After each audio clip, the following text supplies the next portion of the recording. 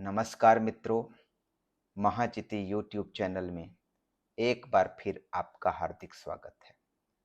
पिछले एक वीडियो में हमने वर्णोच्चारण प्रक्रिया या वर्णोच्चारण के विज्ञान को समझने का एक छोटा सा प्रयास किया था और उस क्रम में हमने देखा था कि किस तरह फेफड़े से चली निःश्वास वायु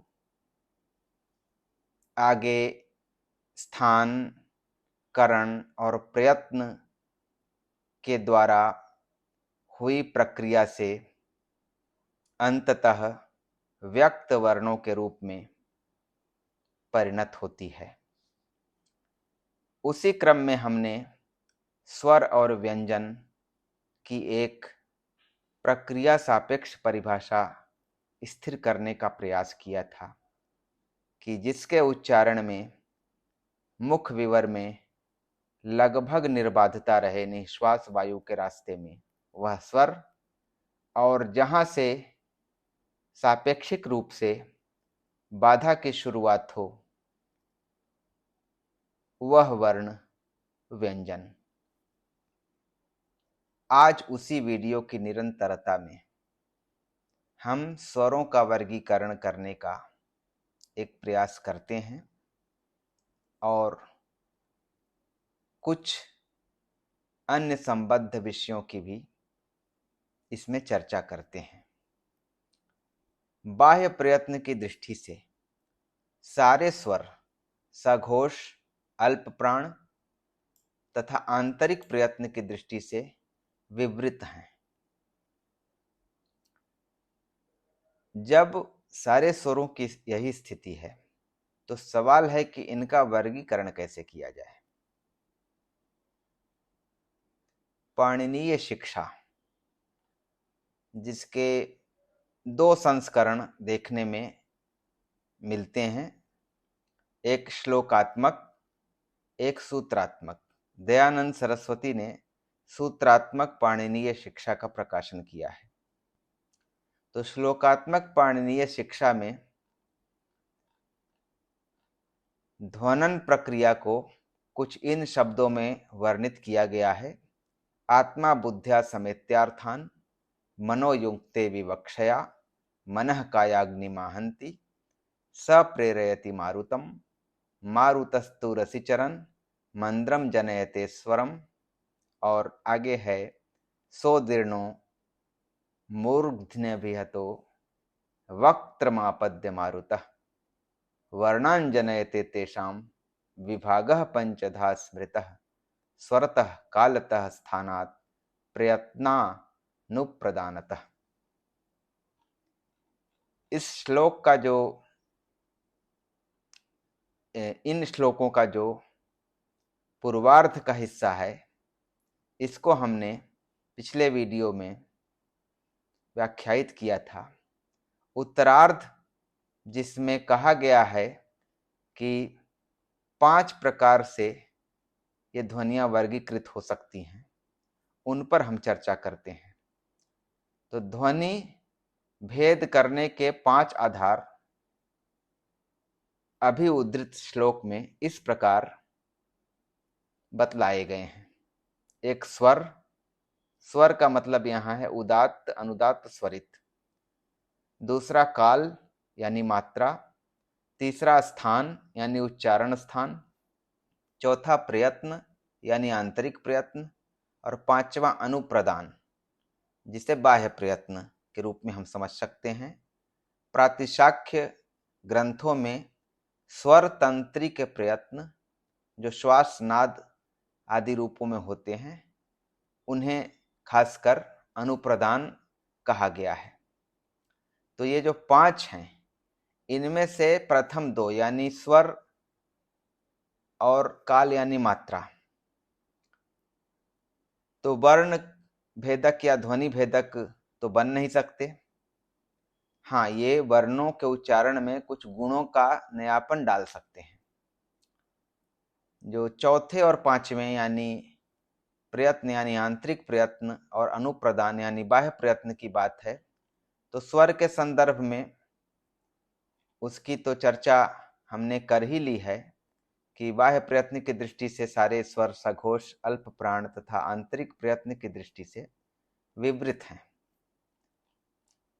तो बच गया एक स्थान, क्या यह आधार बन सकता है?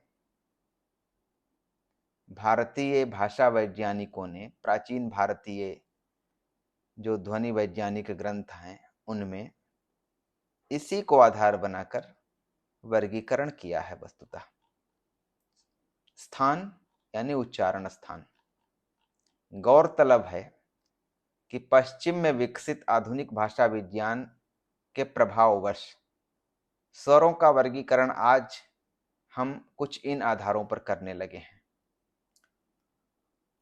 एक उच्चारण हेतु किए गए आंतरिक प्रयत्न के अंतर्गत करण यानी जिह्वा की ऊंचाई के अनुसार, दूसरा जिह्वा के उठे हुए भाग अग्र, मध्य, पश्च के आधार पर, और तीसरा आधार होठों की वर्तुल या अवर्तुल या वृत्ताकार या अवृत्ताकार स्थिति के आधार पर, जीभ के उत्थापित भाग के आधार पर अग्र स्वर जैसे ई,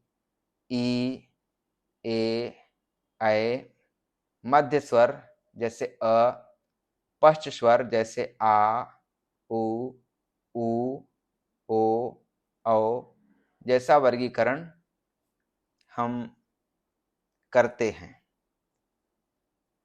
यह वर्गीकरण, इस तरह का वर्गीकरण शायद प्राचीन विद्वानों को मान्य न थी, तो हम उस दृष्टि से इसे उपेक्षणीय मान के भी चल सकते हैं। इसी तरह उच्चारण के समय मुख विवर में जिह्वा की ऊंचाई के अनुसार जिन चार स्थितियों जैसे विवृत, अर्धविवृत, अर्धसंवृत और संवृत की कल्पना करते हुए स्वर वर्गीकरण का प्रयास किया जाता रहा है, वह भी प्राचीन भाषा शास्त्रियों को मान्य न थी, कारण कि उनके अनुसार सारे स्वर विवृत प्रयत्न से उच्चरित होते हैं। लेकिन उसी विवृत को सापेक्षिक तौर पर विवृत जिससे आ को उच्चरित मानते हैं, अर्धविवृत जिससे ऐ औ को उच्चरित मानते हैं, अर्धसंवृत जिससे ए ओ को उच्चरित मानते हैं, और संवृत जिससे ई उ को उच्चरित मानते हैं। यह प्रयत्न उस विवृतता को, जो प्राचीन भारतीय भाषा वैज्ञानिक विवृतता है, उस विवृतता को भी बारीक अंतरों के साथ उक्त चार तरह का ठहराने की कोशिश है, जिसमें पारिभाषिक और सैद्धांतिक समस्या भी प्रतीत होती है। हाँ, ओष्ठों की वर्तुलता आदि जो स्वर उच्चारण क्रम में बनती है, थोड़ी साफ चीज है, थोड़ी स्पष्ट चीज है, उस पर विचार किया जा सकता है। उच्चारण के समय ओष्ठों की स्थितियों के आधार पर स्वरों के 3 वर्ग आधुनिक भाषा विज्ञान ने बनाए हैं। एक प्रसृत में ओष्ठों की स्वाभाविक खुलेपन की स्थिति होती है, इससे ई ए उच्चरित होते हैं। वर्तुल ओष्ठों की गोलाकार स्थिति में से उच्चरित, जैसे उ ओ औ। तीसरा है अर्धवर्तुल, ओष्ठों के आधे गोलाकार होने की स्थिति से उच्चरित। ऐसा स्वर आ है। अर्धवर्तुल यानी अर्धवृत्ताकार। तो ओष्ठों की वर्तुलता के आधार पर जो विचार किया जा रहा है स्वर वर्गीकरण का, तो थोड़ा सा बाकी 2 आधारों जिह्वा की ऊंचाई या जो उच्चारण हेतु किए गए आंतरिक प्रयत्न के अंतर्गत जिह्वा का कौन सा भाग ऊपर उठता है, तो इन 2 आधारों की तुलना में ओष्ठों की वर्तुलता का विचार थोड़ा स्पष्ट और ग्राह्य हो सकता है। भारतीय भाषा वैज्ञानिकों ने उच्चारण स्थान के अनुसार स्वरों का वर्गीकरण किया है। हम यहाँ उसे प्रस्तुत करते हैं। उच्चारण स्थान के अनुसार स्वरों के वे मुख्यतः दो भेद मानते हैं। पहला एकल या समान स्वर, दूसरे शब्दों में मूल स्वर, और दूसरा मिश्र या यौगिक स्वर। एकल या समान स्वर या मूल स्वर जो एक उच्चारण स्थान से उच्चरित हों। हिंदी के अ, आ, ई, उ और री ये मूल स्वर हैं। इनमें प्रत्येक ह्रस्व दीर्घ युग्म को आपस में हम सवर्ण कहते हैं। जैसे आ सवर्ण है, ई सवर्ण है, उ सवर्ण है। इन स्वरों का स्थानानुसार वर्गीकरण इस तरह से होता है। आ कंठ, ई तालव्य, उ ओष्ठ्य, री मूर्धन्य। हालांकि री शुद्ध स्वर नहीं है, कल्पित स्वर है। प्राचीन काल में कदाचित इसका स्वरवत उच्चारण था, लेकिन अब केवल यह लेखन संकेत में मौजूद है। उच्चारण इसका र का अंश और स्वर मिलाकर होता है, यानी ये शुद्ध स्वर नहीं है। व्यवस्था के रक्षार्थ भले हम री को हिंदी में लेकर चलते हैं, चूंकि हिंदी में संस्कृत के जो शब्द आए हैं ऋषि, ऋक्ष आदि, उनमें लेखन में इनकी स्थिति और जो भाषा वैज्ञानिक या संधि की प्रक्रिया को निर्धारित करने के लिए उसी रूप में इसको मानने या लिखने की आवश्यकता है। इसीलिए हम री को लेकर चलते हैं और वर्णमाला में मानते हैं, यद्यपि स्वरवत उच्चारण नहीं है। तो इस प्रकार से मूल स्वरों का या एकल स्वरों का स्थानानुसार वर्गीकरण होता है। मिश्र स्वरों का या यौगिक स्वरों का वर्गीकरण। मिश्र स्वर, यौगिक स्वर क्या है? एकाधिक उच्चारण स्थानों के मिलित प्रयास से उच्चरित स्वर मिश्र या यौगिक कहलाते हैं। इनमें है कंठ तालव्य, ऐ, जैसे ये दो हैं। कंठ तालव्य यानी इनका उच्चारण स्थान कंठ और तालु सम्मिलित रूप से। और दूसरा प्रकार है कंठ ओष्ठ्य, ओ औ इस प्रकार के स्वर हैं। तो ऐ, ओ औ मिश्र स्वर या यौगिक स्वर हैं। तो उच्चारण स्थान के हिसाब से इस तरह से इनकी व्यवस्था बनाई गई है। ये चारों स्वर सदा दीर्घ माने गए हैं। इनके ह्रस्व रूप परिनिष्ठित हिंदी में नहीं माने जाते, लेकिन हिंदी से संबंधित जो लोक बोलियां हैं या हिंदी की सहभाषाएं, अवधी या मगही आदि, इन सब में इनकी स्थिति मानी जा सकती है। यदि ऐ, ओ औ इनका ह्रस्व रूप करना चाहते हैं हम शिष्ट हिंदी में, तो ऐ का ई और ओ औ का उ हो जाता है। शिष्ट हिंदी या तो ऐ, ओ औ लिखती है या ई उ, बीच का रास्ता वह नहीं अपनाती। मिश्र स्वर उन्हें कहते हैं जिनका उद्भव या जिनकी विनिर्मिति दो विभिन्न स्वरों के वर्णांशों के मिलने से होता है, पर मिलने के बाद वे वर्णांश पूर्वापर क्रम से अलग प्रतीत नहीं होते। ए, ओ, ऐ, औ ये मिश्र स्वर हैं। कुछ लोगों को भ्रम है कि ये क्रमशः अ जोड़ ई, माने ए अ जोड़ ई से बना है, ऐ ओ अ जोड़ उ से बना है, ऐ आ जोड़ ए से बना है, और औ आ जोड़ ओ से बना है। अथवा क्रमशः ये अ जोड़ ई, अ जोड़ उ, आ जोड़ ई, आ जोड़ उ, इन स्वतंत्र वर्णों के मेल से उत्पन्न हुए हैं। ये भ्रम बहुत सारे लोगों को है, लेकिन वास्तविकता यह है कि ए ओ ए औ ये अ और ई या उ के वर्णांशों के मेल से आविर्भूत हुए हैं, पूर्ण वर्णों के संयोग से ये नहीं बने हैं। ए की रचना अ के अंश और ई के अंश के सममात्रिक मिलन से हुई है। ओ की रचना अ के अंश और उ के अंश के सममात्रिक मिलन से हुई है। ए ओ इन दोनों में घटक अंशों का लवण नीर संयोग हो गया है, ये गुण स्वर कहलाते हैं। अ की रचना भी अ के अंश उसके साथ ई के अंश के मेल से हुई है, पर ई का अंश अ के अंश से पुष्टतर है। औ की रचना भी अ के अंश जोड़ उ के अंश के मेल से हुई है, पर उ का अंश अ के अंश से पुष्टतर है। इससे अ औ में संधि या जोड़ साफ दिखाई पड़ जाता है, ये वृद्धि स्वर कहलाते हैं। ए ओ अ औ की स्वतंत्र वर्ण के रूप में सत्ता असंदिग्ध है।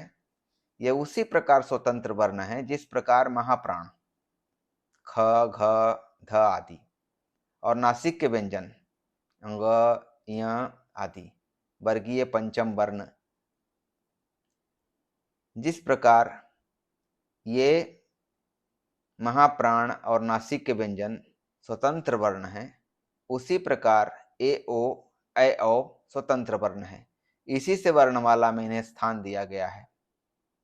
अन्यथा निरंतरागत स्वरों, लगातार आए दो स्वरों, जिन्हें हम स्वर संयोग की स्थिति कहते हैं, जैसे अ ई लगातार आ जाए, अ उ लगातार आ जाए, की श्रेणी में इन्हें डाल दिया जाता, क्योंकि ए औ महाप्राण या नासिक के व्यंजन की तरह मूल वर्णवत हैं, मूल वर्ण बने हुए हैं, वर्णांशों के मेल से चूंकि निर्मित होकर मूल वर्ण की तरह हैं, वर्ण संयोग की तरह नहीं कि अ ई जैसे लगातार आए, अ उ जैसे लगातार आए।